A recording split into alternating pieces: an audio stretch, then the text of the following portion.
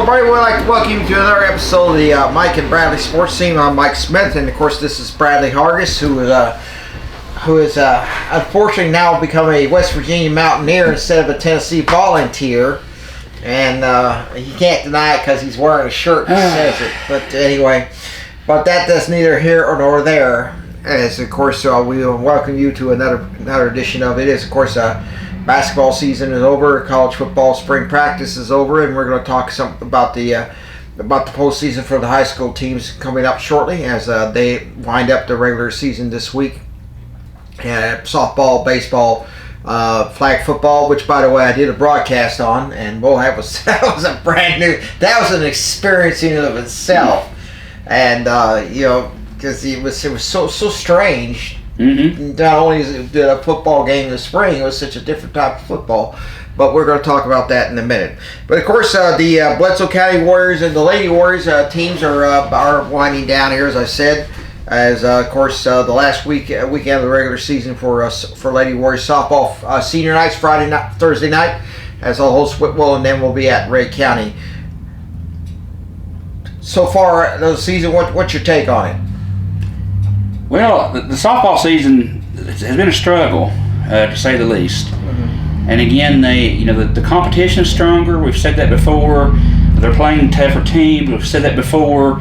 It's just, I don't. The talent level is there. Mm-hmm. It's just not what we're used to. The girls can win. They can hit the ball. They can pitch. They can play good defense.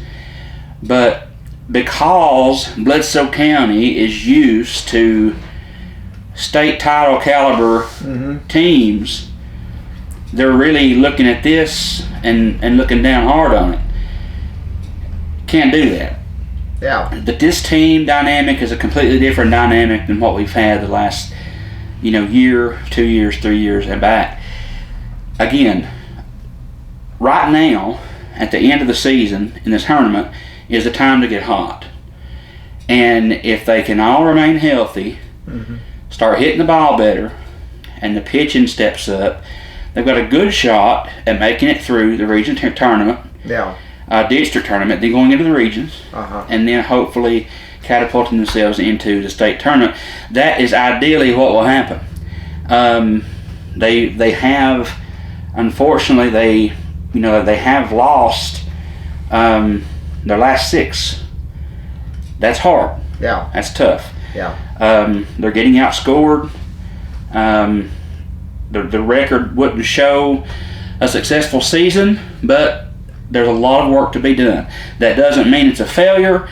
That just means there's a lot more places to work. There's a lot of work to be done, a lot of ways to improve, and let's hope that happens. With morale being low, really the only thing that it's going to take to turn this around is a couple of 3 big wins. Yeah. They got 4 games remaining on the schedule. You mentioned Whitwell being senior night. That's tomorrow night for the 23rd. Ray County. And then Ray County, the 24th. That's Thursday night. Right. And then they have 2 games after that, which are both region games.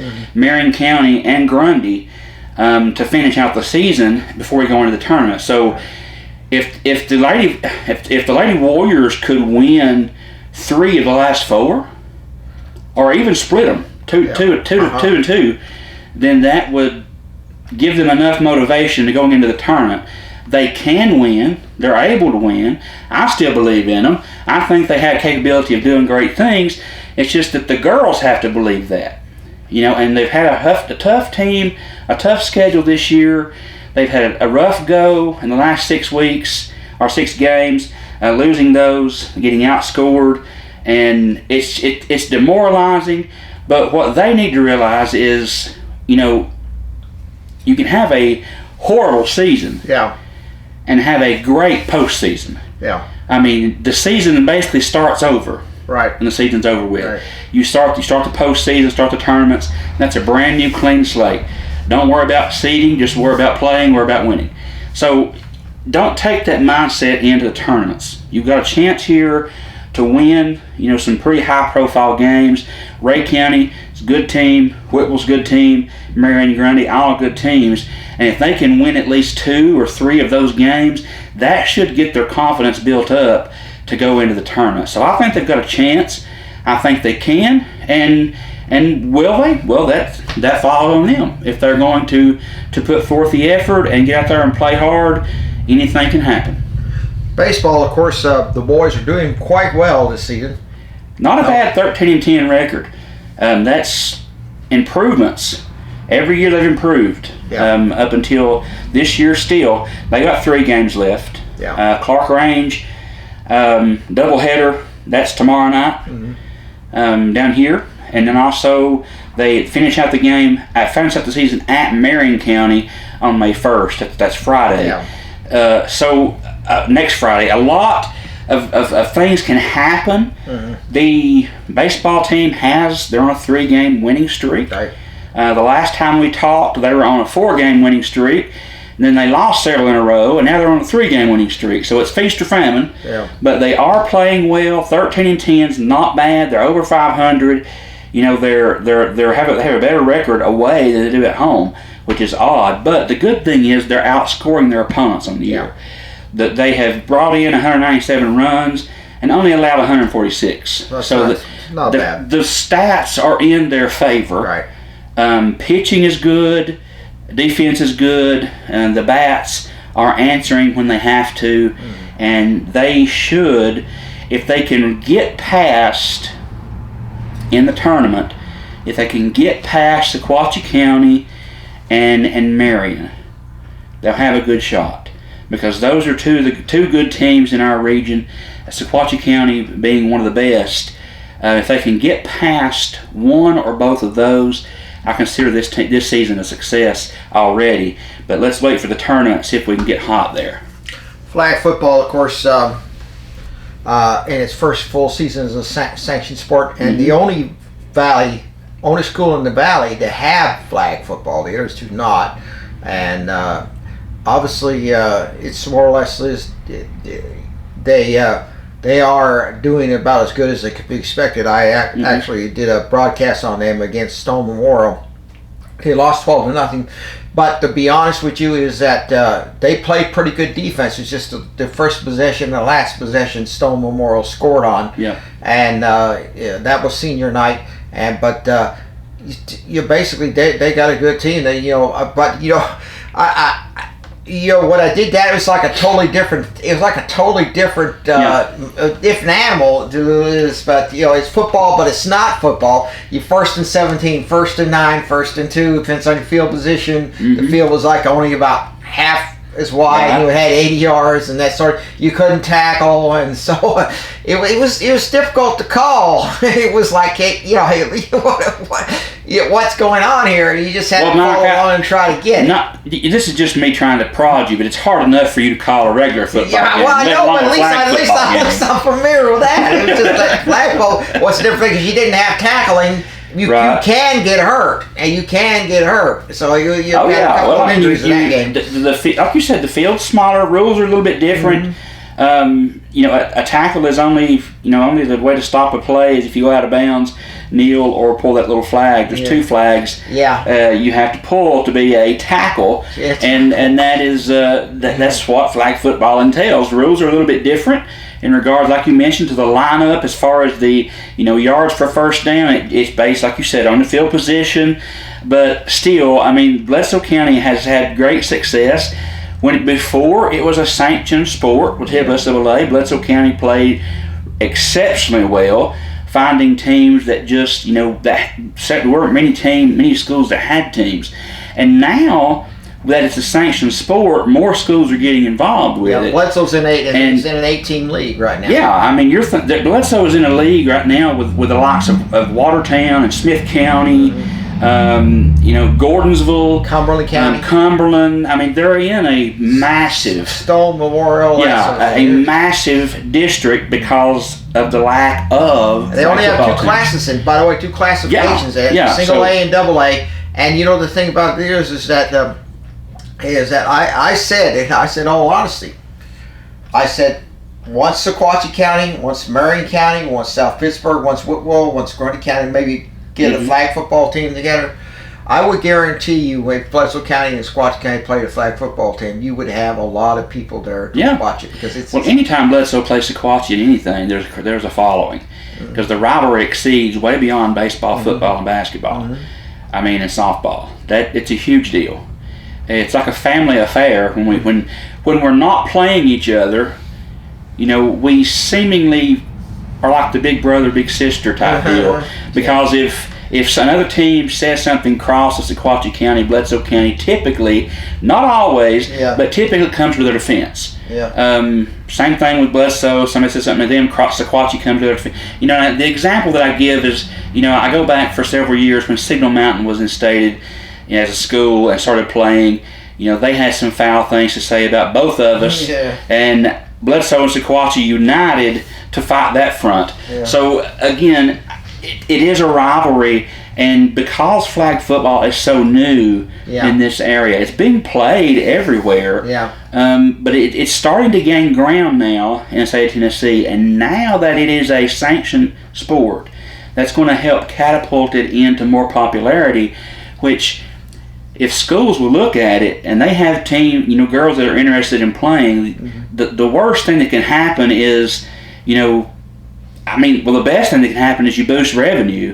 Even if it's just a little bit coming in, it still goes to the program. So, there's a chance to get other people involved. There's a chance to get, more revenue for the athletic program coming in. It's a win-win for them, but you've got to have the girls that are willing to play.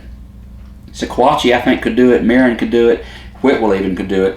There are schools in our area that could if they would. But again, it's going to take another couple of years for them to get on board because right now it's building. It's taken 3 years to get it to be a sanctioned sport. It'll probably take another 2 to 3 years to get it to be statewide. So that's just I think that it'll be interesting to see how the response is because when people start winning championships, other schools want it. That's right. So, especially if, Bledsoe goes and wins a state championship in flag football, Marion and Sequatchie are going to be like, we can do this better. These guys want to win this big thing. But, the thing about it is that, of course, I have to understand they didn't have yard markers. Didn't have lines across like they do in football. And of course, that made it really difficult where exactly to see where the ball was placed. But we have 1st and 2, 1st and 9, 1st and 17. I said, oh boy, for this one, and that sort of thing. And I said, but it was strange. But I just want to see if it could be done. And to a point, it could be done. And hopefully, maybe next year we can get more games involved in that. Unfortunately, I was able to do only one game because they sort of split it down the middle, and so there was you had a gap in between that again. But like I said, it's how you look at it. Soccer's winding down now. The boys, I believe, are doing quite well. Well, they're 2-9 on the year. They like the Lady Warrior softball team. They're on a 7-game skid. They've dropped those, but they've not been.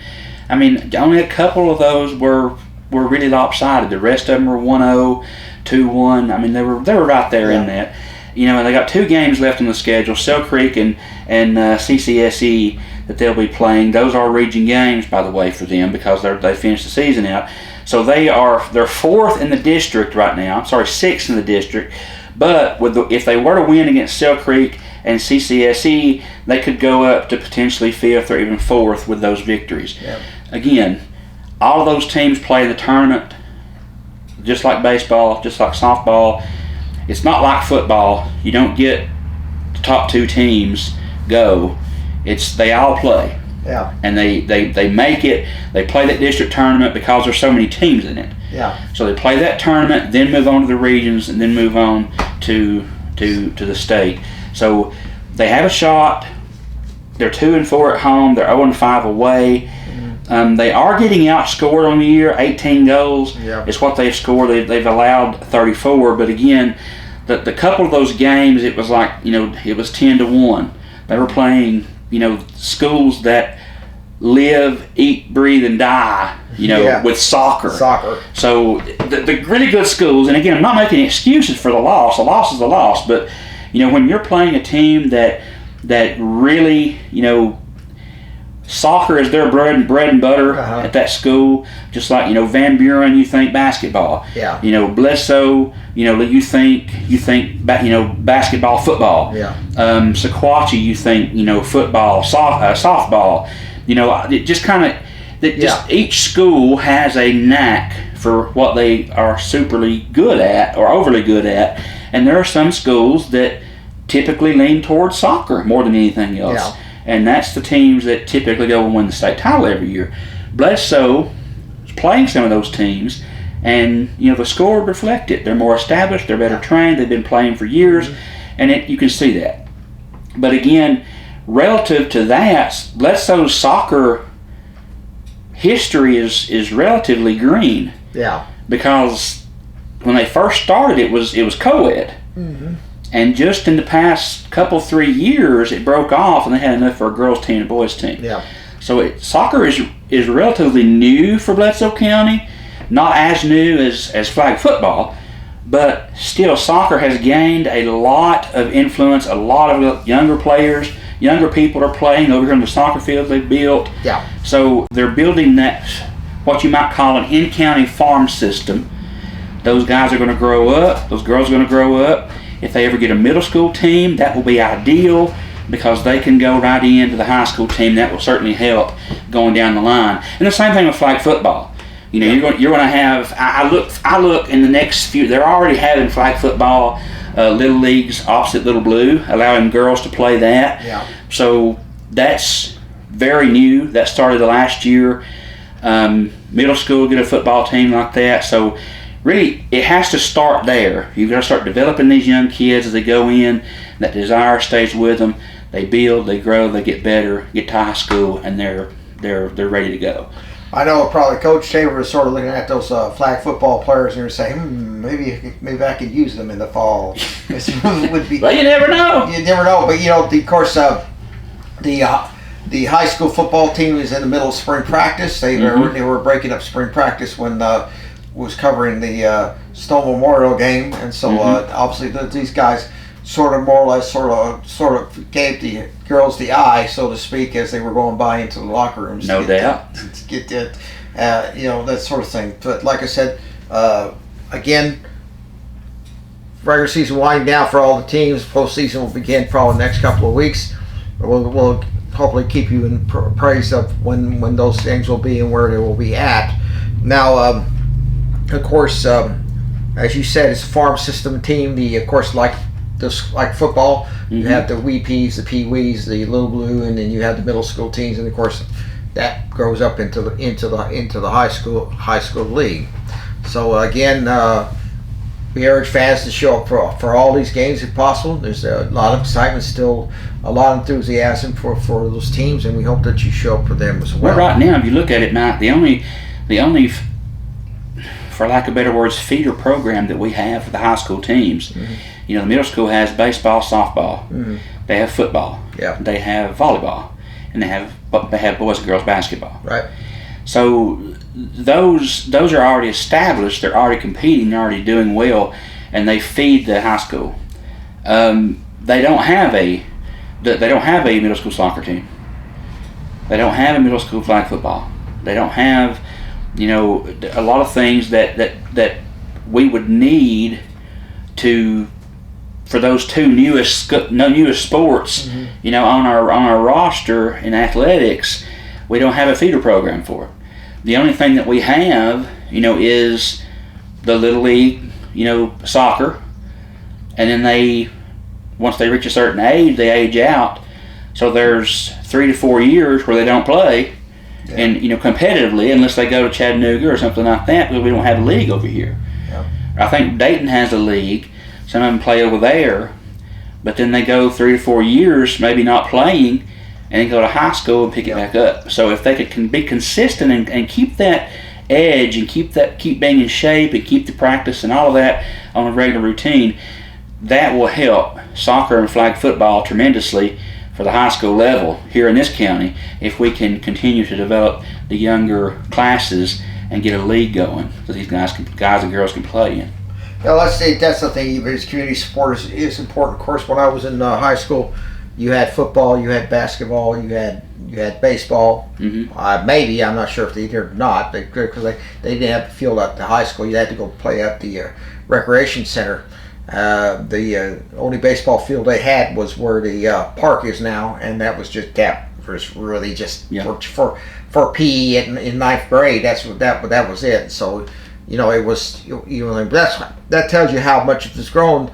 The people here are contributing money, they're contributing time. The facilities are being built up. In fact, all the schools around here are improving their facilities to the immense point.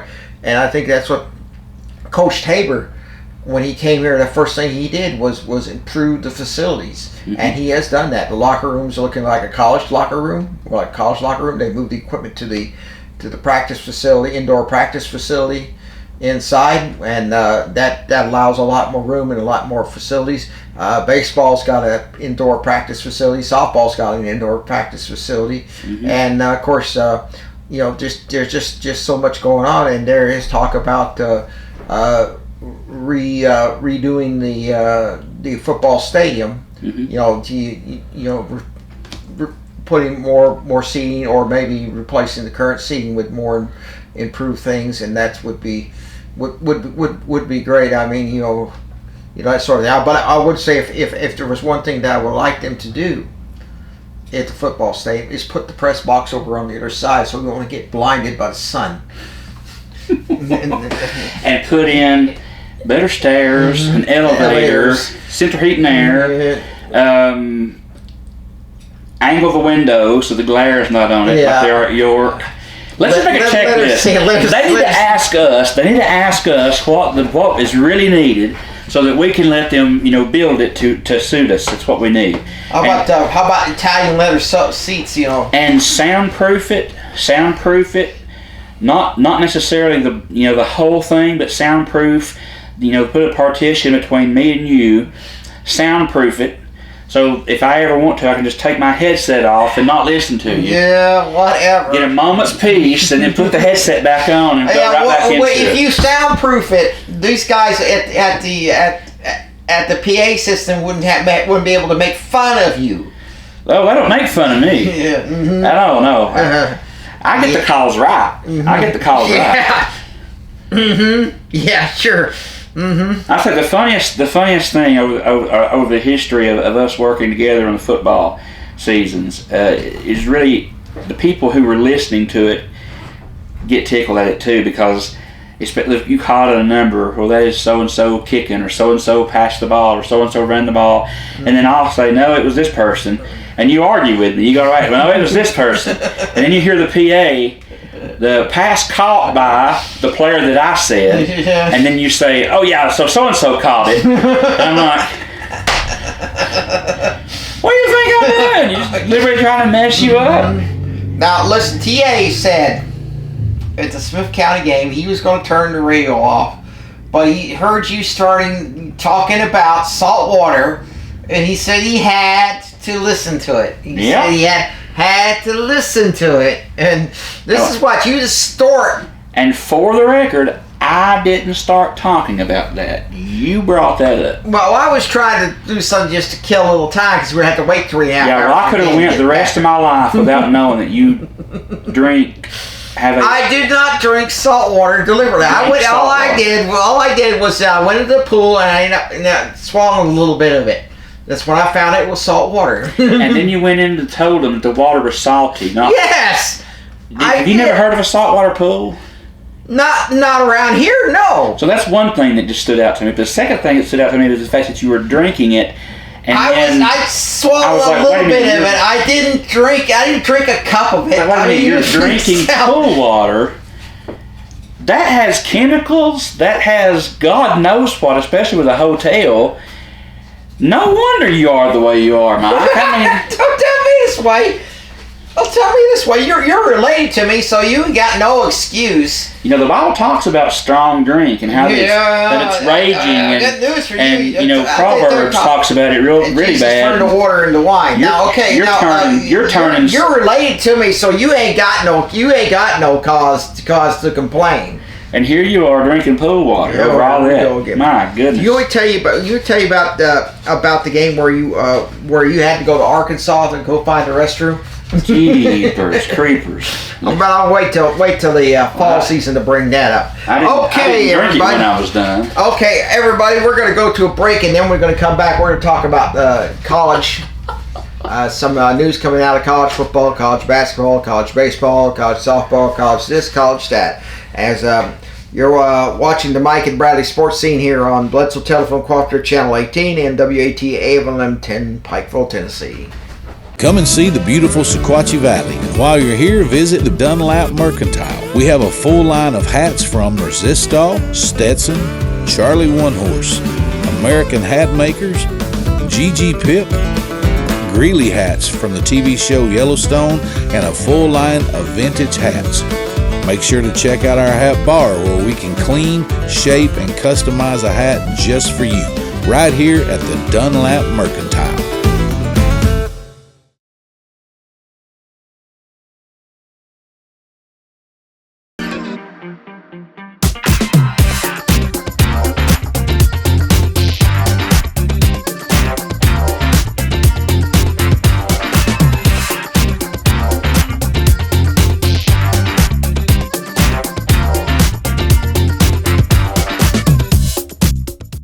At Jason Lewis Dunlap Supercenter, we're committed to be better. Better prices, better vehicles, a better experience. Your Jason Lewis Dunlap Supercenter understands that you rely on us to provide you with the highest quality of used vehicles. With over 350 pre-owned cars, trucks, and SUVs. So what are you waiting for? Let us show you a better experience with the Jason Lewis Automotive family. Come visit us at Rankin Avenue here in Dunlap or on the web at dunlapsupercenter.com.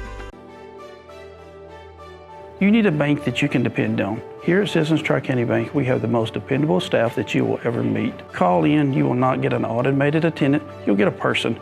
But on the other side, we have all the technology that anyone would need, from apps to online banking to bill pay. So please come and grow with us as we're about to celebrate our 50th year. We are the only community bank you will ever need.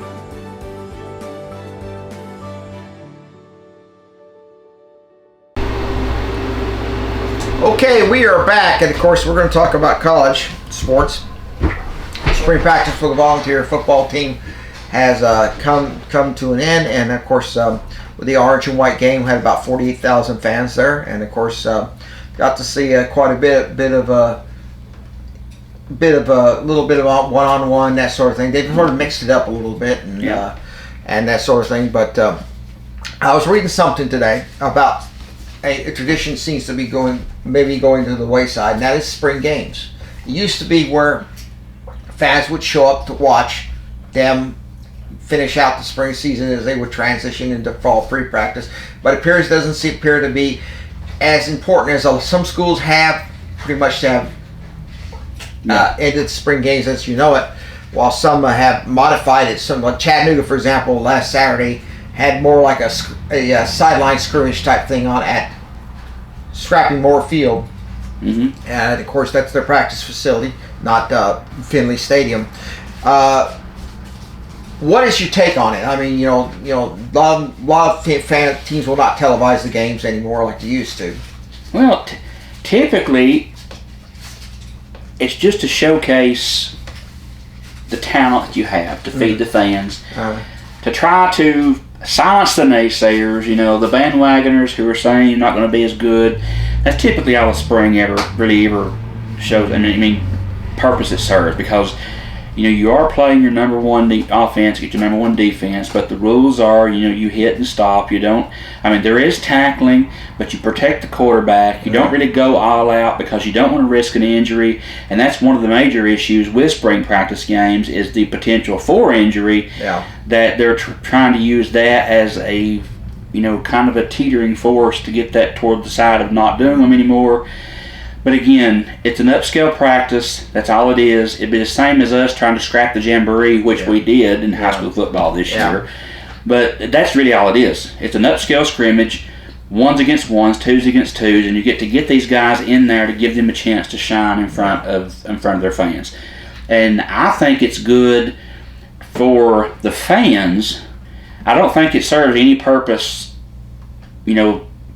professionally or football athletically Yeah. to the players, because when you go into the spring practice, your roster is pretty much set. I mean, at that time, now your practices through the summer workouts and things, those depth charts, things can change, but really, it's spring practice, or the practice spring game is not the time to really compete for a depth chart position.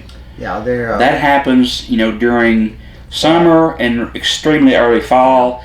That is not something that typically occurs during spring, so that's why you're not playing all out.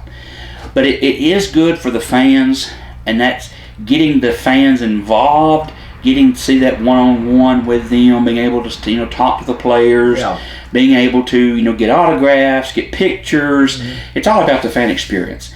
I don't think that they should. I mean, if they don't do a game, they should at least do like a fan experience day, to where people can come to Neyland. They can go to wherever session they want to go to, meet the players, still have that, even if they don't play. But I'm a sucker for tradition. I like the spring game. I think it's great.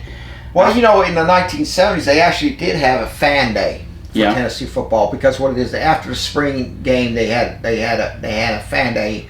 Mm-hmm. 1 month later, which the players and coach like they do before the spring game, they would come down and you would get pictures with the players and that sort of thing, and that was very, very interesting to me. Now, of course, the quarterback situation was not settled, and we didn't expect it to be.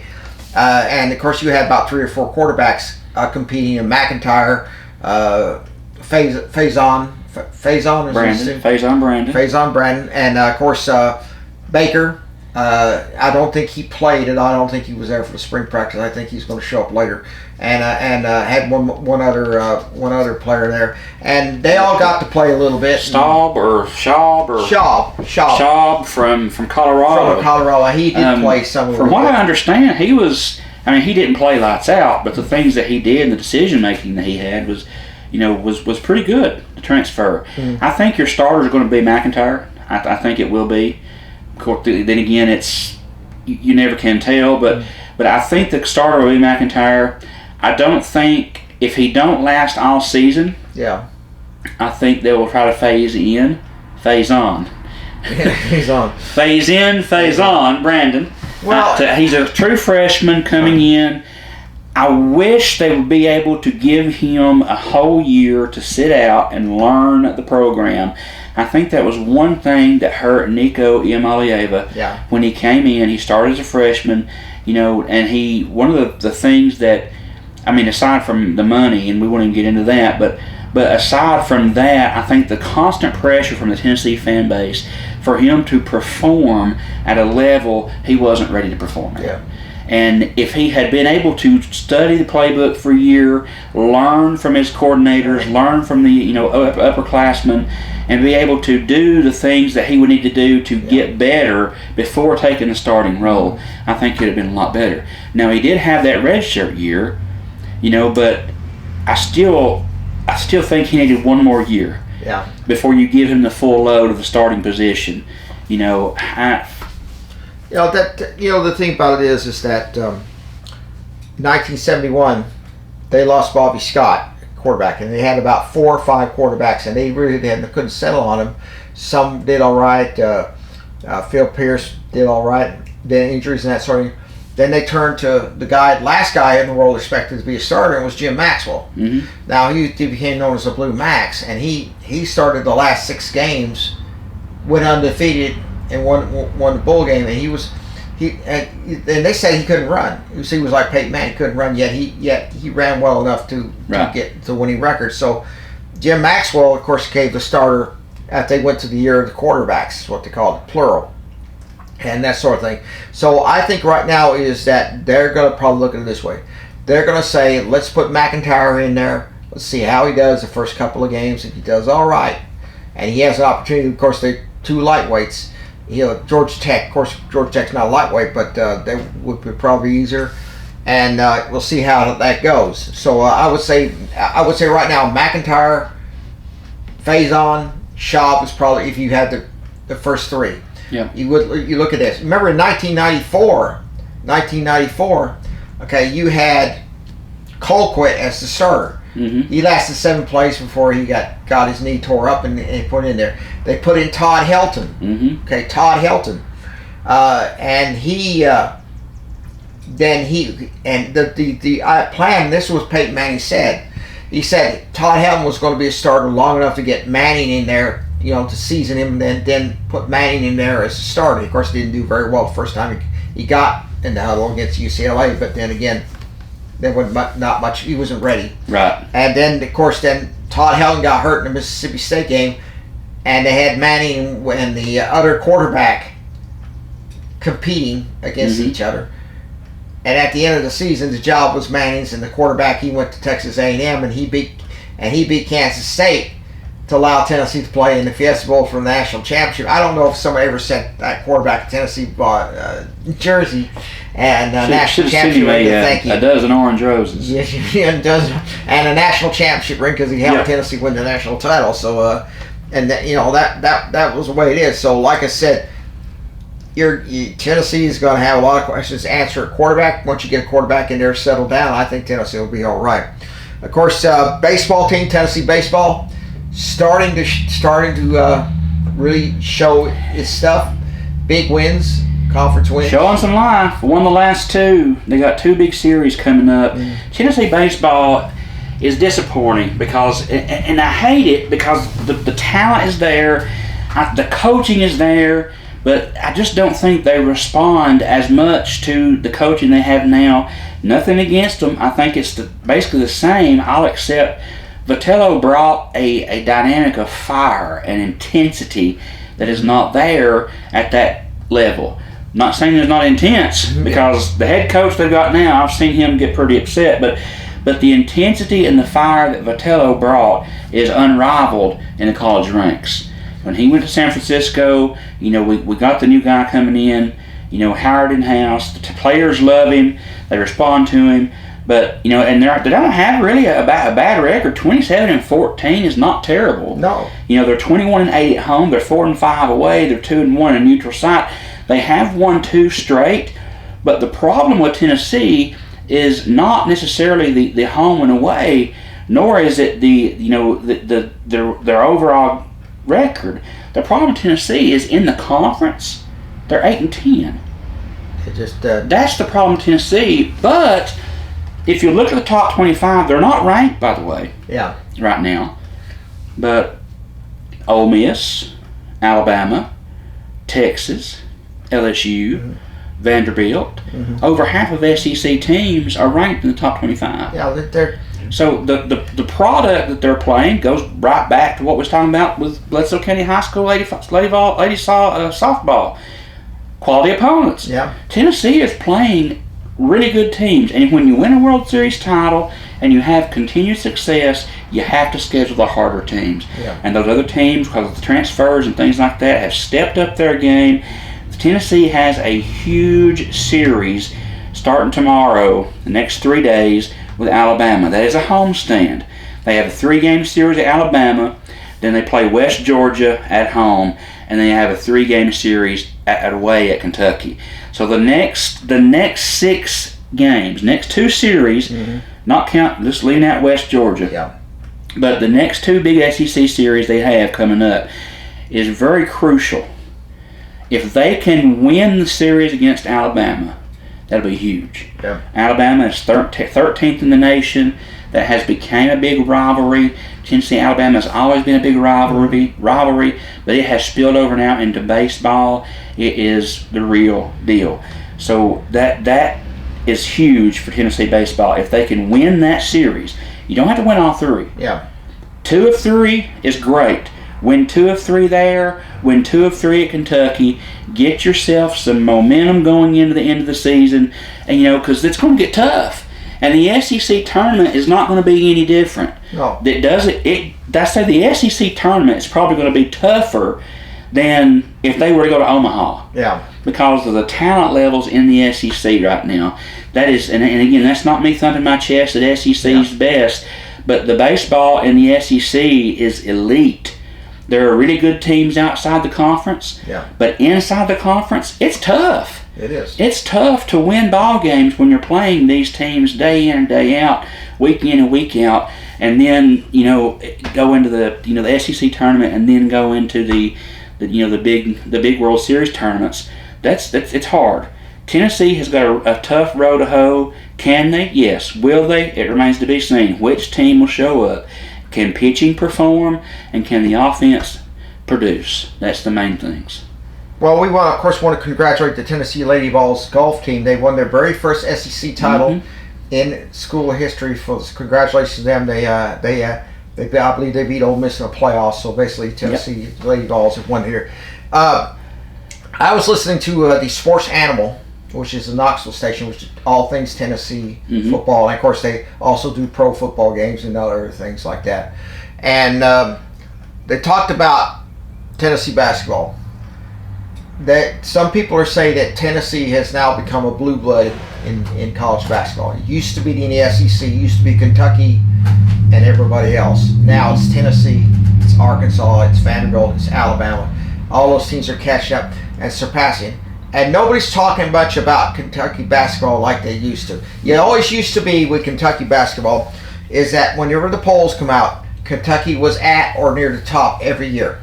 Now, you hear people say, even a lot of Kentucky fans ain't talking about Kentucky basketball as much. I don't hear much bragging. I think a lot of what happened with Kentucky's, as bad as I hate to say it, they're a basketball school and they're good. But the problem with Kentucky is all the years they brought in that talent and they had one and done. Mm-hmm. They played a freshman year, went to the draft. Yeah. Freshman year, went to the draft. Mm-hmm. Freshman year, went there. And how many of those are, there are some, don't get me wrong, but how many of those players who played a freshman year, went to the draft, were successful? Not very many of them. If you look at the percentages of it, there was more who didn't succeed at that level than did. Mm-hmm. So, you have the talent. Stay 2 and 3 years. Keep the program steady. Keep building. A lot of that had to do with Calipari. Yeah. A lot of that had to do with the coaches. Hey, get in here, play. Pad your stats, get out, get the paycheck, go home. A lot of that had to do with the coach. But still, build the program. I think that's what's hurt Kentucky is the opportunities that would normally arise and be steadily available are just not there. Because the kids who are really good, they come in, they want to get that one good season and leave, and that takes the place of someone who wants to play 2 and 3 years and be successful. I think the NBA needs to quit drafting freshmen. I think they need, the NFL does not draft freshmen. Right. And you remember the Ohio State player who wanted to go into the NFL after his pure freshman season, and they told him we don't draft freshmen. You have to be at least a sophomore before we might even consider you. Yeah. I think the NBA's big problem is they need to quit drafting freshmen. Wait a year. Wait to we draft juniors. Below that, stay in school, kid. Learn a little, get your classwork done.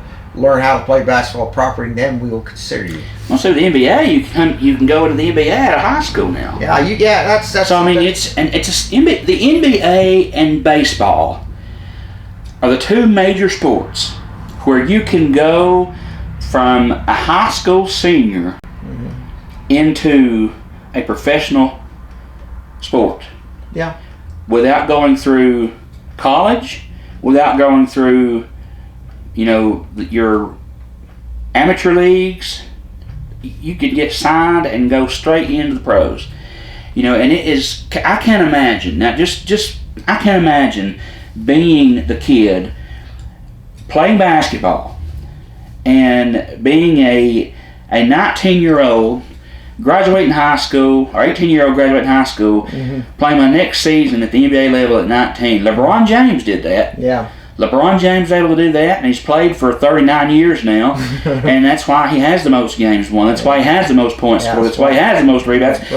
Come on. When you've got a 35-year career... He gets his head on straight. When you've got a 35-year career, you can accomplish all of that. But that's beside the point. The thing about it is... But I can imagine being a 19-year-old player going in to play, 5 and 6 year veterans at the professional level the pressure for you to have to compete and at least be equal with those guys, that's huge. And that's hard for a 19-year-old to do that. They're still a kid. You look at By many levels. You look at Condredge Holloway.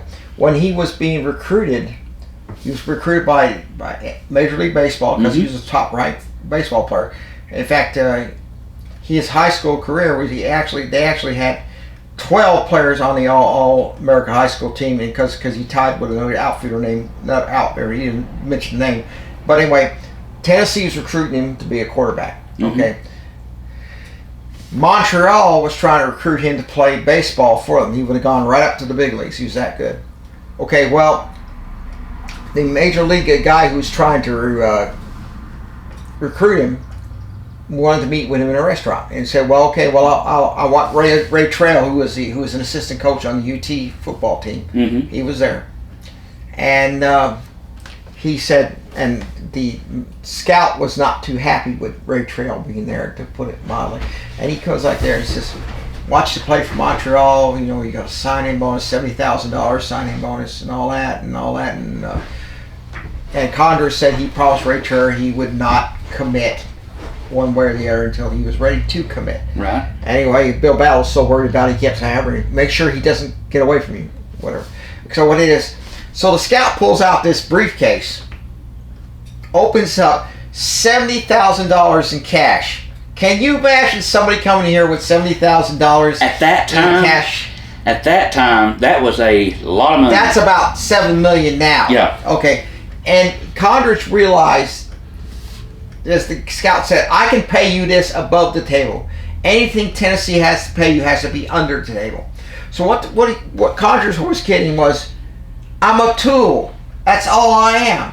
If I get hurt or whatever, I'm out the door. Yeah. He said, so he simply said, I'm going to come play for Tennessee. His mother wanted him to play college football and get a college education before doing that. And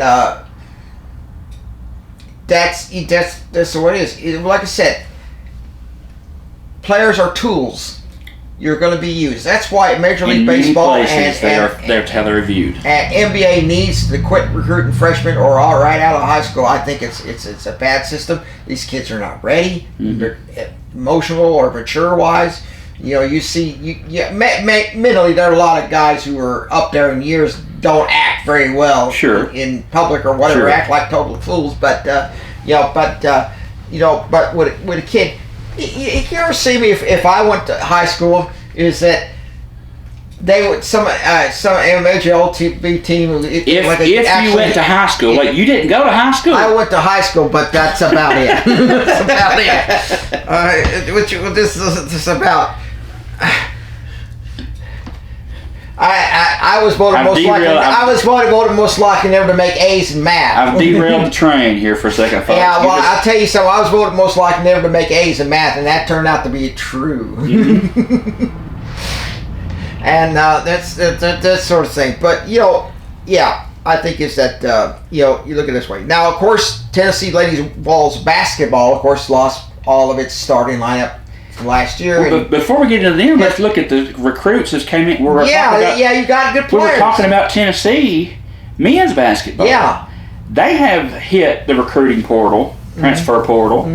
I mean, some of the names that brought up, I made a list of them because I didn't recognize some of them, but I'll tell you their names and the school they come from, plus what they're most noted for. Terrence Hill, Jr., he's a guard out of Virginia Commonwealth, VCU, for those basketball fans, averaged 15 points per game, the Atlantic 10 most improved player. That's pretty good repertoire coming in. Jalen Harrelson, a forward out of Notre Dame, a former 5-star recruit, 16.2 points per game and 4 rebounds per game. Not bad. Not bad at all. A center out of Loyola Chicago. Now, mind you, Loyola Chicago, smaller school, but they make this tournament almost every year. Yeah. Miles Rubin averaged 11.3 points a game, 7.1 rebounds a game, and 2.3 blocks per game. Not bad. Dai Adams, a guard out of Cal, averaged 16.9 points per game, 2 steals per game, and a grad transfer. This is probably the biggest one. The grad transfer from Belmont University, Tyler Lundblade, a very, very high efficiency from the three-point range. And that's, I think it was 89%. 89% from beyond the arc, and even higher free throw. You're looking, and the best way that I can describe this from what I have learned about him and watched him play, and the snippets of highlights and stuff that he's part of. If you can think back 2 years ago, Dalton Connect. He plays a lot like Dalton Connect. He has good court vision. He has great shooting ability and shooting range. He is going to be good for Tennessee. I think him partnering with Rick Barnes and company, he will get the best out of this 1 year grad transfer, Tyler Lundblade. Remember that name? Could potentially, I'm going to go ahead and say it and might jinx it, hope I don't, but I believe Tyler Lundblade has a very good chance of being the best player in basketball next year. At Tennessee, at that level, with the offense that Rick Barnes runs, I think he'll be very successful. Plus with, Nate Ament has not declared yet. Yeah. He has till April 24th to do that. That's the deadline. Yeah. So Thursday night, or Thursday night at 11:59, if he hadn't declared, he's going to come out to Tennessee. Yeah. So if Nate Ament comes back, plus the guys that we have still on the roster, plus the transfers coming in that we just mentioned, Tennessee can compete next year to the top level like they did this year. Yeah. And, they got the keys to come in. They got they filled the positions that left. The one that really hurt me was Estrella. I can't believe that he left. I wish he hadn't have left, but we got one with a higher perimeter percentage in this Tyler Lundblade coming in from Belmont. That's going to fill that role very nicely. We got some height. We got some rebounding coming in. We got some. When these kids can score, they're scoring double-digit points per game, outside the perimeter, inside the paint.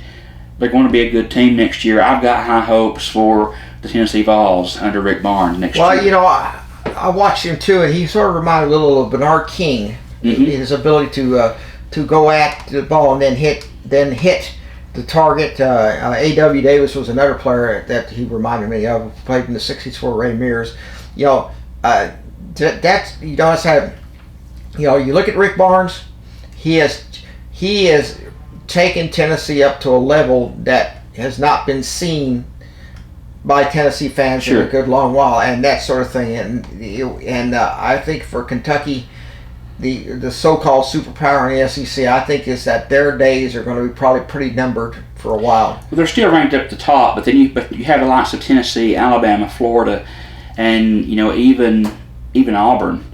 Had stretches of good years. You got those teams that are extremely good. Texas, has a good steady ball team, probably kicking themselves for letting Rick Barnes go. But those teams are stepping up, and even Vanderbilt. Kentucky used to be not only the cream of the crop of the SEC, but they were the cream of the crop of the nation. Yeah. And they're still good, still a good school, but they're not that level anymore. No. And that's hard. That's hard for I got friends who are Kentucky fans, and I know it bothers them, it eats at them, but Kentucky's still a good school. They can still compete. They beat Tennessee this year. I mean, they had their way with us twice, but still, the level of eliteness, they're still. I think Kentucky is still in the blue blood status. Yeah. But they're toward the lower end of that list now. Yeah. Because the appeal and the draw is not there like it was under Calipari, under Tubby Smith, and those guys that were after, recently when they had their big success, post Rupp, Tubby Smith and Calipari and those guys really brought in the recruits. So I think they'll get there. They'll get back to where they want to be. But now that they're competing with the transfer portal, it's going to be hard. It's going to be harder for them. There's a story that when Ray Mears and Adolph Rupp met, there was going to be fireworks, and Mears would always get under Rupp's skin. Rupp liked wearing a brown suit. Okay, so what Ray Mears did, went out and brought an exact same brown suit wore it. He's at Rupp. This was at Kentucky. This was before they built Rupp Arena. And he said, "Well, how do you like my suit?" Well, Rupp didn't say anything, but he could tell in his eyes that it was really getting under his skin. And he just said afterward, he said when he went to the locker rooms, "I ain't lived that dad blame mirrors. Get wear that brown suit. Who does he think he is?" And Tennessee just whipped him. And he said he knew how to get under Rupp's. He disrupted Rupp's way of thinking, and it cost him, and that sort of thing. But you know when Rupp Arena was built in the 1970s, somebody screwed up and put orange seating in there. Tennessee orange seating in there, and they couldn't afford for a couple of years to replace that seating, so everybody would go in there and they said, "This is Rupp Arena, home good Wildcats," and you see all the orange seats, and we try, and we get a lot of laughs from Tennessee fans who would go in there and just rattle them. No doubt. That sort of thing. No doubt. But that is that sort of thing. They used to have in the 70s. They used to have a barbecue up at Obed that where they had where one of the players' fathers had a cabin out there. And this is really funny because they said, well, they came in there and 350 pounds of chicken. Okay. Well, they had one player. He ate 5 whole chickens. He ate the rolls, potato salad, all the fixings, all that, and ate it all in one sitting. And the guy couldn't believe it. 5 whole chickens. Wow. And this is a big football player, and other players didn't eat as many chickens. Sure. And he ate this, and every time the son would come home, his father would say, 5 whole chickens. Completely, he ate 5 whole chickens. 350 pounds of chicken, and you have the football team up there, and they're going to demolish those chickens. Well, sure, yeah. That sort of thing. That sort of thing. But really, to be honest, right now is that college sports is just changing. It's not. I don't think it's changing for the better. I think it's basically too many people. The loyalty isn't as good there used to be. Yeah. It's such as Bradley wearing the Mountaineer shirt. I'm going to ignore the Mountaineer shirt, and I'm going to go. Now, why are you wearing a Mountaineer shirt? Please explain it to us, because people going to think you're a little weird. It's nothing that I'm for them. I just like the shirt. I like the nostalgic look, and I just like the way it looks, and it's blue and gold, my favorite colors. But, contrary to popular belief, though, if you'll notice the little state of West Virginia back here, see the little bitty spot right here on the edge? Yeah. That little part right there is the only part of the state that has 2 things. What? The Shenandoah River and the Blue Ridge Mountains. Okay, so? Well, in 2014, West Virginia made "Take Me Home Country Roads" Oh, Lord. their state song. Just because it says West Virginia Mountain Mama, take me home country roads. I don't even like that song. The song was written about the literal western part of the state of Virginia. I don't even like that song. The writers of the song, Nivet and Dorff, I believe it is, wrote the song because they were driving down a Maryland road. They crossed into Virginia and drove down the Blue Ridge Mountains, drove down by the Shenandoah River Valley, and was writing a song about that. So every time you hear West Virginia football run on the field and they play "Take Me Home Country Roads," and all the stadiums start singing because they think it's a song about West Virginia, because some of them aren't bright enough to realize it's not a song about West Virginia. It's a song about literal western part of the state of Virginia, because there's only a 20-mile stretch right here where the Shenandoah River meets the Potomac, and it meets the Potomac at Harper's Ferry, and it runs into toward Washington. But again, it's not a song about West Virginia. Well, would you wear an LSU shirt if I gave you one? No, because I don't. Why not? I don't like the colors. It's purple and what's gold. wrong with it? It's purple and gold. What's wrong with that? And besides, Bobby Bowden got his start here. Yeah, I know. Okay. I know. I remember when the West Virginia and Florida State met in the Gator Bowl. The final game with Bobby Bowden as head coach. Both schools honored him. And I'll tell you something else that made me, that I knew, but seeing it, I read it, but seeing it just brought it home to me. Go watch the movie We Are Marshall. I watched the movie. I think it's a very good movie. Then you know that Marshall and West Virginia were big rivals. Yeah. Bobby Bowden run an offense, what they called the Veer. Yeah. That was very new back then, and West Virginia was having a lot of success. So when the crash happened that killed almost the entire team, all but two, on the roster of the Marshall Thundering Herd, the coach came in, started having the recruiting, started trying to find a way to get better. He goes to Bowden and tries to get him to teach him the Veer. Bowden laughed at him at start, but then after all of this happened and he saw the struggles, he let him come, use his own film room, use his own film, and learn the Veer so he can go back. And Marshall ran the Veer for years and became successful with that.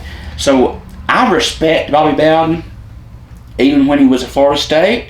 Bobby Bowden has always been one of those top tier coaches that NCAA football fans all over the country, have always respected Bobby Bowden. And so if you're wondering why I'm wearing West Virginia shirt, there is history behind this. Other than the colors, other than Bobby Bowden, other than Take Me Home Country Roads, it's not even about West Virginia, the state. It's about Western Virginia, the western part of the state of Virginia, because the Shenandoah River Valley is like 100 miles from the state line. I hate to say this, but I find that explanation hard to swallow. Now, how would you do if I came and wore a Sequatchie County shirt? So? You'd be all over me. No. You would be all over me. That's what I know of you. You'd be all over me. I've got an Arkansas shirt too. Well, I've got a Tennessee, obviously. I have an Oklahoma. I have a gosh, I don't know, because I like sports shirts. Okay, well, you need an LSU shirt then. No. Yes, you do. Yes, you do. I could get one for you. There are places where I draw the line, and LSU is beyond that line. I don't know about you. I just don't know. Okay, let's get back to the meat of the matter here. You were talking about Kim Caldwell before I went back to the recruits. Caldwell, Kim Caldwell has completely revamped the Lady Vols roster with incoming transfers for this season. Now, guys, I'm telling you, all 8 eligible players on the roster from last year, gone. Hit the road, took off. We got 2 girls coming in. Irene, now, listen to this. You think Iamalieva was a hard name to say. I'm going to spell this name, and I'm going to do my best to try to use my Tennessee dialect to pronounce it. Irene, Obaavaduo. Obaavaduo. A 4-year starting wing, a 4-star starting wing, and Gabby Menace. Those 2 in-front-coming freshmen are coming. Here is what. Same thing I'll do with these is what I did with Tennessee men. These are who is coming in. Fatmata. They call her Fats. That's her nickname. Fatmata Janae, forward out of Texas A&M. A 6'2" forward, averaged 11.4 points a game, 9.7 rebounds last year. Really good, solid player down low and outside on the perimeter. Avery Mills, a guard out of Liberty. She's a 5'9" guard, but she averaged 15.3 points a game and shot over 42% from the three-point line. That's good. Avery Mills, big sign. Remember that name. Avery Mills is going to be good for Tennessee.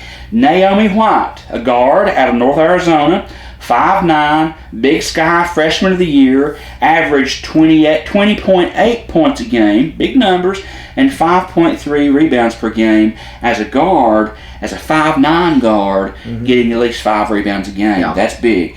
Riley Thurikoff from Georgia. Guard out of Georgia, 5'9" guard, averaged 11.9 points a game, over 20 minutes per game for the Bulldogs, game experience coming to Knoxville from an SEC school. That's huge.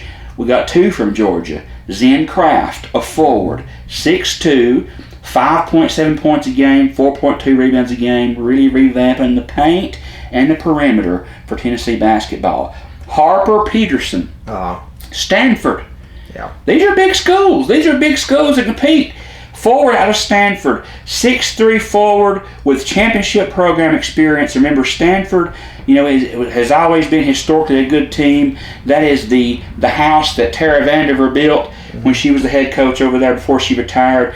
Harrison Coulibaly, I started to say cauliflower. Coulibaly, she's from Auburn, a 2025 prospect who brings depth with 3 years of eligibility left. So again, Kim Caldwell has taken upon herself, after losing all 8 returning starters or returning roster players, losing every one of them, to go and revamp a roster. And I think, honestly, if statistics mean anything to anybody, Kim Caldwell could have put together one of the best transfer groups, core groups, to play at the Summit in Knoxville. And I look for Tennessee Lady Vols to be competitive next year. If this team can come together, gel together, find an identity, I think they will have a really good shot at competing and going back to the level of play that Tennessee Lady Vol fans are used to. I don't think they'll win a championship next year, but friends, I think they will compete for the SEC. I think they'll make it to the tournament, and I don't think it's out of the question. I'm going to go ahead and say it now. I'll be jumping the gun, but I don't think an Elite Eight performance, an Elite Eight, I don't think it's going to be out of the question for them to reach the Elite Eight next year with the roster that they have now. I don't. I think they have the talent outside. They have the experience inside. They have good shooters coming in. They can perform under Kim Caldwell's offense if they will play together and do what she has them to do. Absolutely. Okay. I want to mention this while I still got it on my mind. We want to wish Johnny Boynton an 80th birthday. He's 80. He turned 80 earlier this year. Congratulations to him. Happy birthday. Well, since we're talking about birthdays, our fearless leader of WAT, Billy Bridges, is celebrating a birthday today. So happy birthday to you, Billy. Bill on the hill like a tickle on a June bug. He'll get that. You won't. And he's a cousin of mine. Grew up with Billy. Marvin, my uncle, married his mother, Vicky. And no, that explains a lot. That explains what's wrong with you, right? We've been part of the family of one another for several years. Well, you're related to me, so I proudly claim him. And you're related to me, so basically it's a two-way street here. I proudly claim Billy as a cousin. What about me?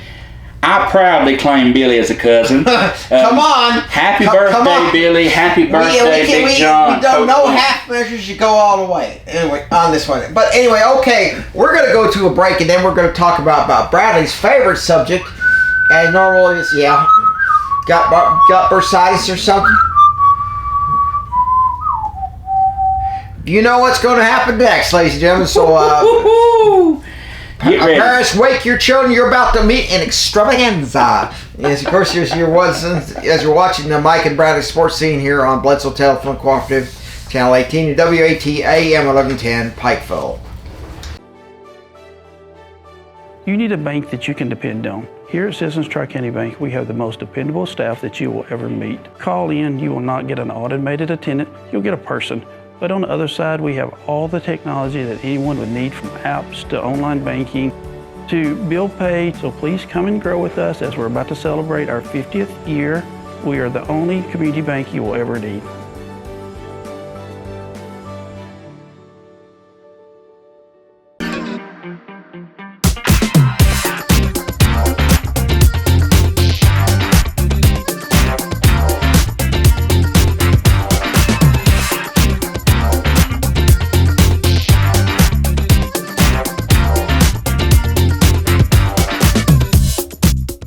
Come and see the beautiful Sequatchie Valley. And while you're here, visit the Dunlap Mercantile. We have a full line of hats from Resistol, Stetson, Charlie One Horse, American Hat Makers, GG Pip, Greeley hats from the TV show Yellowstone, and a full line of vintage hats. Make sure to check out our hat bar where we can clean, shape, and customize a hat just for you, right here at the Dunlap Mercantile.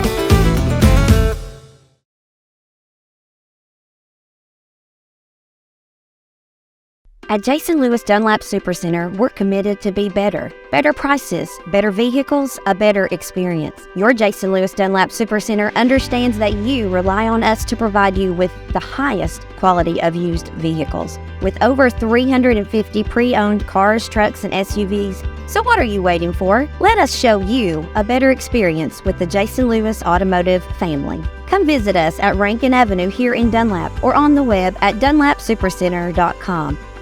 Okay, everybody, we're back, and of course we're going to talk about Bradley's favorite segment, and that is baseball. But before we do it, we want to honor Phil Garner, who passed away a couple of weeks ago at age 73 from cancer. Garner, of course, played or managed for many Major League Baseball teams, and he also has a connection to the state of Tennessee. He played for the Volunteers in the 1960s, and of course, Phil Garner.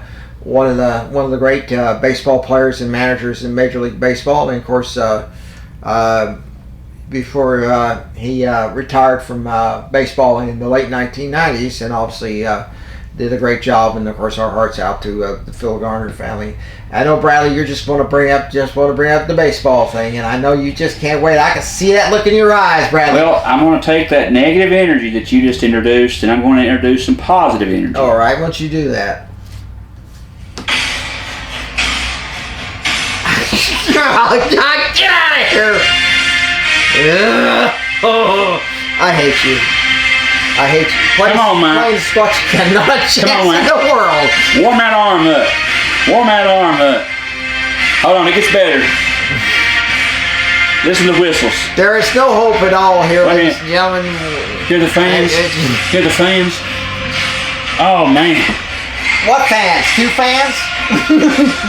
All 74,000 fans. Yeah. Listen. Start it again. Here we go, everybody. All right, now that's good. Baseball season is... Before we go into the baseball season, we do want to make one. Atlanta is going to be hosting a Super Bowl in the next couple of years. Yeah, so is Nashville. And Nashville, all they have to do is sign a dotted line, and Nashville will have it in 2030 in that new stadium there. So that'd be very interesting. I know you'll be going to that probably. Probably not. Yeah, well, I'm not paying $3,000 for a seat to watch a football game. Just be like the Bob Uecker, say that you got like that. But anyway, let's get back to baseball. Of course, it's still early in the season, but there's some teams seem to be. There's 162 games in the season, and we have played anywhere between 23 to 26 games of that right now, depending on the team. Well, don't worry. There's still time for the Braves to implode. The Braves are currently in first place in the National League East. The Marlins are 5 games back. The Nationals are 5 games back. The Braves just finished up a sweep of the Philadelphia Phillies in Philadelphia this past weekend. So that's good. The New York Mets is the talk of baseball right now, and not because of what they were talked about before the season. The New York Mets and the New York Yankees and the Los Angeles Dodgers have the 3 largest payrolls. Matter of fact, the Dodgers have the biggest, the Mets have the second. We can just leave the Yankees off, surprisingly. But the Dodgers and the Mets have the biggest payrolls in Major League Baseball. The Mets have lost 12 straight. They are bottom of the National League East, a 7-16 record. Juan Soto is hurt. Injuries, no production, pitching not keeping up. The Mets are the talk of the league because they, so far, are the biggest disappointment. Again, we're only 20-some-odd games in the season. Okay, folks, I'm not writing anybody off yet, and I'm not saying the Braves are going to win the World Series yet. I hope they do, but I am not. I'm a fan. I hope they do, because he's going to be insufferable if they do. I'm a fan, but I'm a realist. We have a lot of baseball left to play. Yeah. Talk to me a week after the All-Star break, and then I can tell you who's going to be in the playoffs, who's going to do well. The surprise of the year, aside from the Mets falling, the Cincinnati Reds are playing exceptionally well. They're leading the Central right now. Right. The San Diego Padres and the Dodgers right now are tied for first place in the West. with both having a 16-7 record. Now, I think one of them had a game today, so that might have changed by the time the end of the day is over, and by the time that this reaches the press, it might be a different story. And also, another surprise is in the American League West. Guess who's winning that one? They thought that it would be the Seattle Mariners as 1, Yep. the Los Angeles Angels 2, the Rangers 3, Astros 4, and the Athletics of Las Vegas last place. What about the San Francisco Giants? Flip it. The Los Angeles Athletics are first place in the West right now with a 13-11 record. They have a half a game lead over Texas. The San Francisco Giants have came out of the cellar. The Colorado Rockies have now replaced them. The Giants are 10-13 on the year. They are 6 games out of first place in the West, but again, they're competing in a market that they are outsourced, they are outplayed, they are out-payrolled. They're in the market with San Diego, Los Angeles Dodgers, and Los Angeles Angels. That's hard. That is tough for a team like San Francisco to be competitive. They've not really done much, since the Buster Posey, the Jeff Kent, the Barry Bonds, and all those things that went through. Barry Zito, all those players that were really well. Tim Hudson was playing there for a few years till he went to the Braves. They've not really had the success that they've been used to, and that's hard for them. But they're playing in a market that is much bigger than they are. Again, the season is young. Cleveland is doing well in the Central, and the American League East is about like it was figured it was going to be. The Yankees are first, Tampa Bay second, Baltimore, Toronto, and Red Sox in that order. A lot of baseball left to play. Atlanta does have, as far as young people who they brought in to fill in some voids, are playing, exceptionally well and helping them to be successful. The reigning Rookie of the Year, Drake Baldwin, the catcher, he's in the top 5 runs batted in. He's in the top 5 with hits. We have Bryce Elder, who is leading, the top 5 in the league with their earned run average. Chris Sale, who is performing very well. He's in the top 5 in quality starts. And it's just the Braves have some good players. I talk about Mauricio Dubon, one of those young players, best batting average on the team, batting .312 on the year. Matt Olson, 6 home runs. Drake Baldwin, 22 hits, 22 RBIs, 31 hits, and for that matter, the on-base percentage Drake Baldwin has is .378. So the Braves are a good team if they can stay healthy. That's going to be the key. Getting some pitching back in.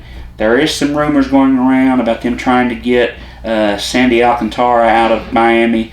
Don't know that Braves are going to want to pay the price that he's going to demand, but either way, baseball season is here, and I am excited, and I don't know if I'm more excited about the Braves being first place or if the Mets have lost 12 straight. Well, I assume that you already gotten that subscription service that they're putting out. Surprisingly, I have not. Why? I have not. Oh my God, you're slipping. Nope. Because even though the Braves have their own network, there are other streaming devices or streaming apps that are playing those ball games. So I am able to watch on them unless it's blacked out. So it's the difference so far this year.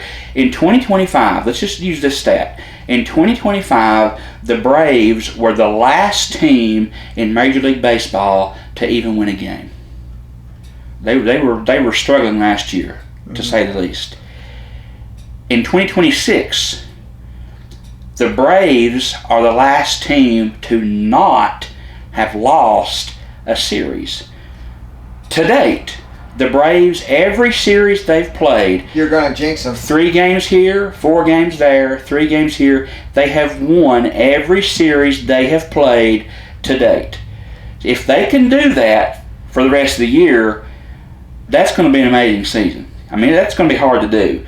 But the Braves have the talent, they have the ability if they can stay healthy. Acuna got his finger dinged up, got hit by a pitch playing Washington the other night, and he's been hit by that guy twice already, or not already, but there's some past behind that, but we'll leave that to the pros to talk about.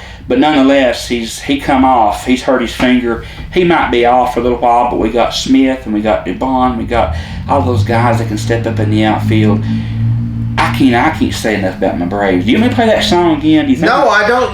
No. You didn't get your chopper warmed up. Well, you know, I did forget to mention when I mentioned Phil Garner. Mm-hmm. Okay, Phil Garner is only one of the 3 Tennessee baseball players that had their jersey retired. The others was Todd Helton and Condrich Holloway. Mm-hmm. So at the University of Tennessee, those are the only 3 that has their jersey numbers retired.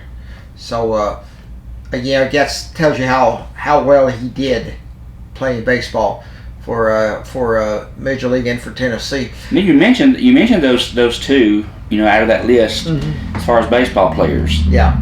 The last one you missed was mentioned was Todd Helton. Todd Helton played his entire professional career with the Colorado Rockies at first base. Exceptional career. Will be in the Hall of Fame likely in the next couple of years. He'll probably be elected once he becomes eligible. I think he'll be a first balloter. Honestly, if he's not, it's kind of ridiculous. But I think he will be in Cooperstown. He's almost dead. Certainly lock for that. Of course, Condrich Holloway, of course, played college baseball at Tennessee. He was on the All-America team as a baseball player as well as football. He said he was more of a baseball man than he was a football player, but he did well either sport. I think what we need to do a commercial, okay, for our show, so that we show where I'm sitting in the stands with the fans, and I'm saying, "Hey, all this great seat that they signed me, that sort of thing." You walk up to me, said, "Sir, your seat's way over here." And where is it? Right outside the stadium, on top of the hill. Turned around away from the stadium. It's like Bob Uecker, you know, to do what that one year would do with the commercial. Yeah, they had. Which, by the way, you can see that seat at Cooperstown. By the way, that they gave him when they had a lot of fun at Bob Uecker's expense in Milwaukee. I can tell. Bob you Uecker used to have one of the most funniest. He was a self-depreciating. He knew he'd be traded when he go to the locker room and he would say, "I'm sorry, sir, that only players that are allowed inside," that sort of thing. Or he talk about how he got fined because he had another player at St. Louis caught holding hands, smiling, and they nearly put it out before somebody caught it. Yeah. That sort of thing. That sort of thing. He said he was the DH, designated heckler. You know, he would heckle the umpires and referees. He was good at it. Threw him out, and he set the record for the number of times he was thrown out of the game for heckling. He was designated heckler. You know, I was reading an article before I came over here about, they're talking about the free agency and the best free agency moves and the worst free agency moves in the recent, you know, decades. And the number one best move on there, and I disagree, because I think number 2 should have been number 1, and I'll tell you why. You'll find out why I'm a little biased. But the first was Barry Bonds. But, you know, he signed with the Giants in '93. Yeah. Going from Pittsburgh to San Francisco. He ended up breaking the home run record, but he used steroids to do that, so there's an asterisk beside that record. That's why he's not in the Hall of Fame right now. And which is why I still believe that the home run king is still Hank Aaron, Hammerin' Hank from Atlanta and Milwaukee. So, signed a 6-year, $43.8 million back then. Had a stellar career with San Francisco. Barry Bonds speaks for himself.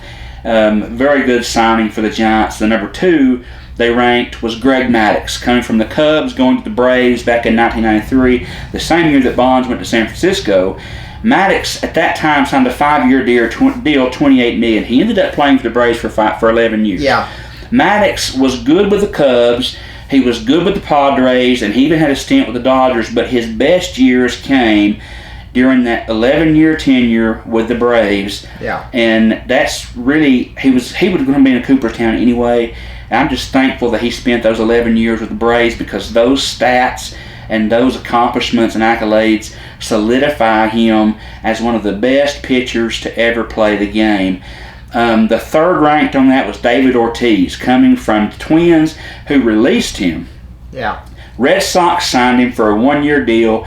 Ended up finishing his career in Boston in 2003, and became arguably one of the best DH hitters in the game. It didn't hurt him any that they played at Fenway, and they had that 300 and some odd feet to right field, and he was a left field hitter, pull hitter at that. Yeah. So the big Poppy certainly excelled in Boston, and in the fourth one, the list was like 30 something long. But the fourth one was Larry Walker. He came from the Montreal Expos going into the Colorado Rockies in 1995. He initially signed a 4-year deal, $22.5 million, but he played with them for, I think, 9, almost 10 years. Yeah. He is also in Cooperstown. All 3 of the 4 that I mentioned are in Cooperstown already. Other good ones, you mentioned Randy Johnson when he went from the Diamondbacks from the Astros. A lot of people don't realize that he went to the Astros for that 1 year. Yeah. 1 year deal with them, played well, went from Seattle to Houston to the Diamondbacks, and in 2001 took them all the way and was co-MVP with Curt Schilling because they won the World Series that year. Craig Biggio signed with the Astros, played his whole career with them from 1995 and onward. Ricky Henderson, it made the list of other good ones because in 1990 he signed with the A's for the second time of the 3 times that he spent with them. He went from Oakland to New York, back to Oakland, 1990, and he won the MVP that year. Among the worst, and baseball fans are going to probably agree with me on this, one of the worst signings was Chris Bryant, who was a big player in Chicago, had ailments and things like that. They were starting to trickle into his career. Yeah. Went from Chicago to Colorado. Back issues got worse. Hip issues got worse. Never produced like he did in Chicago. Yeah. Kind of was a bust. Chris Davis was doing exceptionally well with the Texas Rangers. Signed with Baltimore for a huge contract. Never panned out. And one that I know and I think was probably one of the biggest busts was when Anthony Rendon, who was literally tearing it up at Washington with the Nationals, and was signed by the Los Angeles Angels, and Rendon they had to negotiate his contract there toward the end, and he ended up getting the $38 million that was owed to him, but they let him go. I mean, he missed more games than he played in the last 2 seasons of his career in Los Angeles. Big bust there, but just an interesting article, little tidbits to bring to baseball fans' ears. See if they remember any of those names. I'm sure they do, and remember those signings. I do. I remember most of them. But that's an interesting article that I read before I came over. It was right under the Mets losing 12 losses in a row. That's why I saw it. By the way. You remember Jackie Robinson, don't you? Well, I don't remember him, but I know. You remember who he was. Okay, first to break the color barrier in baseball. Well, I was reading this story about how when he signed with Brooklyn Dodgers, this is when the Dodgers were in Brooklyn. Mm-hmm. Okay, well, there were a bunch of players on his team wanted to get rid of him. Mm-hmm. They were Southerners primarily, and not trying to paint everybody with the same black brush in the South, but they didn't want to play with him. So they go to the owner, Branch Rickey.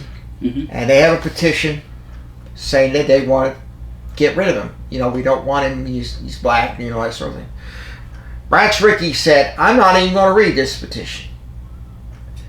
And if you want to be traded or lead the team, fine by me. But Robinson stays." Mm-hmm. Well, of course, they had a lot of Whitey Ford, who was a teammate on that team.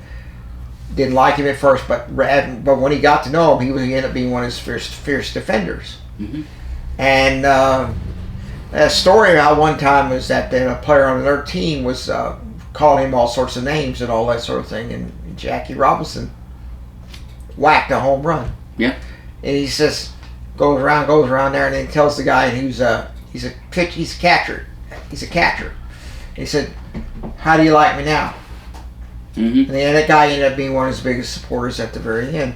And you know how the tradition of wearing 42 started? There was a couple of black players went to Major League Baseball commissioner saying, "Hey, we want to wear 42 on that day to honor him." Right. And we asked as well, and they said it was all right.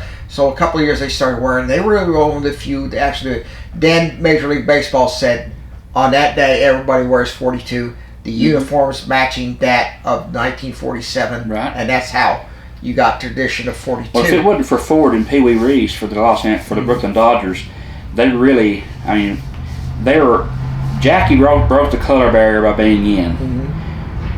I would say that Pee Wee Reese and Ford helped to break the racism barrier on the Brooklyn Dodgers team. What is that basically? What if you ever seen the movie 42? That is a great movie, and I think it is good. It shows all of that. Harrison Ford did a great job. Oh, yeah. Of playing Branch Rickey, and you know the thing about it is that he was very. And then when the Dodgers moved to Los Angeles, Jackie Robinson says, "My heart is in Brooklyn. I'm going to retire." So he retired. Yep. When they moved to Los Angeles, and that's really got him in great, because really is that the other MLT team said, well, we're not going to play you if then, and you know what the Major League Ball Commissioner says, then you ain't playing in the World Series. And the start ended that in a quick big fat hurry, because basically is that they knew what that meant. But like I said, you have good team trades and you have bad trades in any sport. Sport, you know, a lot of guys don't pan out. College football, of course, you had Ryan Leaf, who turned out to be a bust in college football. And of course, there was I would say a great signing, which was Bo Jackson. And the first time he gets up at bat, he hits the crown right in the middle of the field, which is considered to be near impossible by most players to hit. Yeah. And he hit it. That's if he could have only stayed healthy. You know, yeah, if he hadn't gotten injured, he would have been surely one of the great ones. Okay, everybody, we're about ready to wrap this up here, and obviously Bradley Hargis is suffering from a little bursitis or whatever. Yeah, and no, you're not going to play that. You're not going to play the LSU fight song. It's starting to get in my shoulder now. Yeah, whatever. But anyway, this will do it for us here. Bradley, you got some final words to say? I always do. I always end up saying support your high school football, flag football, baseball, softball, and your soccer teams. Lots of going on in the next couple of weeks. Get out there, show them your support. Wear your blue and gold, cheer them on to victory. And if you're a fan of the NFL draft like I am, I'll probably watch the first 15 minutes of it and then turn it off. Yeah. But that starts Thursday night, 7 o'clock God's time, 8 o'clock Eastern. So if you want to see who that first player is going to be to pick, probably going to be the Indiana quarterback. Probably going to be Fernando Mendoza. Las Vegas Raiders probably going to take him out there. And as bad as I hate to say it, they're probably going to pick him, take him out there, and ruin his career. I would say right now, if there's anyone who's going to ruin his career, it's going to be the Vanderbilt quarterback, who's probably trying to play being his own agent, and obviously to watch him get undrafted. If there's 78 rounds, he might get picked in the 80th round. But yeah, he's certainly playing his own cards, and hopefully he can get something done about that. But anyway, that's neither here nor there. By the way, the NHL playoffs, Stanley Cup playoffs are going on right now. NBA playoffs are going on right now, so that's getting hot too. Have more on that next couple weeks. We'll probably have a winner of that. But as I always say, go blue, support those Warriors. Go Braves. Woo-hoo. Yeah, get the elbow warmed up. And go Big Orange. Go Dodgers, go Mets, go Yankees, go any team that plays Atlanta, and wait for the. If only you knew who even played on their team. Well, like I said, it just ticks you off a little bit, but anyway. So this will do it for us. The next edition of the Mike and Bradley Sports Scene here on Bledsoe Telephone Cooperative Channel 18 and WAT. We'll see you in the next couple of weeks on the next edition. And hopefully, Bradley, by this time, hopefully the Braves will I'll have icy hot in my arm by sure then. You will. Okay, so we bid you farewell, and we'll see you next time here on the Mike and Bradley Sports Scene. Brought to you by Bledsoe Telephone Cooperative in the Sequatchie Valley.